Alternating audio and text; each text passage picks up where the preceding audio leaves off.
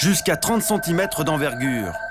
Voici la mygale, une araignée parmi les plus grosses du monde et les plus dangereuses. En quelques minutes, elle peut tuer un petit mammifère. Cette araignée va-t-elle envahir l'Europe? C'est le scénario catastrophe qu'envisagent 2 chercheurs suisses dans un article publié en 2007. Ils révèlent que 87 nouvelles espèces d'araignées sont apparues en Europe en 1 siècle et demi. À l'origine du phénomène, le réchauffement climatique conjugué à la mondialisation des échanges commerciaux. Les araignées se dissimulent dans les containers de marchandises et débarquent dans nos ports. Traquer ces araignées sur les docks de Marseille, c'est la mission d'Anne Souchot, responsable des services phytosanitaires locaux. À l'ouverture, on voit s'il y a des araignées, on voit s'il y a quelque chose. Au premier coup d'œil, ce container de fruits ne semble pas infesté.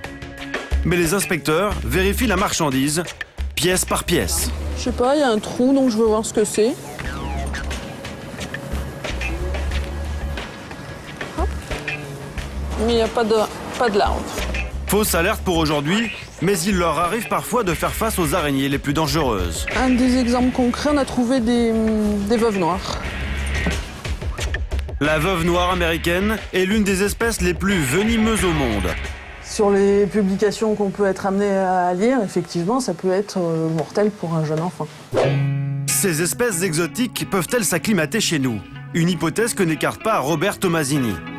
En région parisienne, cet amateur passionné possède un des plus gros élevages de mygales de France. Et il connaît parfaitement leur mode de vie. Voilà, mon labo qui est fermé à clé parce que règle de sécurité oblige. Aucune issue, porte hermétique, pas de fenêtre. Donc je vous invite à rentrer dans mon labo. Vous allez y trouver environ 5 à 600 mygales.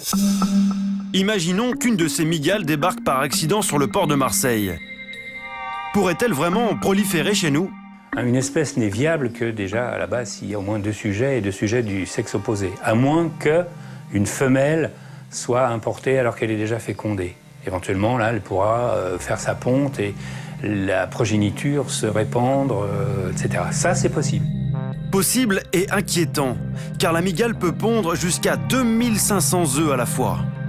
De plus, certaines prévisions climatiques pour la France tablent sur une augmentation de température de 7 degrés d'ici 60 ans, ce qui rendrait notre pays confortable pour les araignées tropicales. Trouverait-elle alors de quoi se nourrir? La nourriture pourrait très bien s'en passer. Je pense que, vous voyez, ces bêtes-là peuvent rester 2-3 mois sans manger.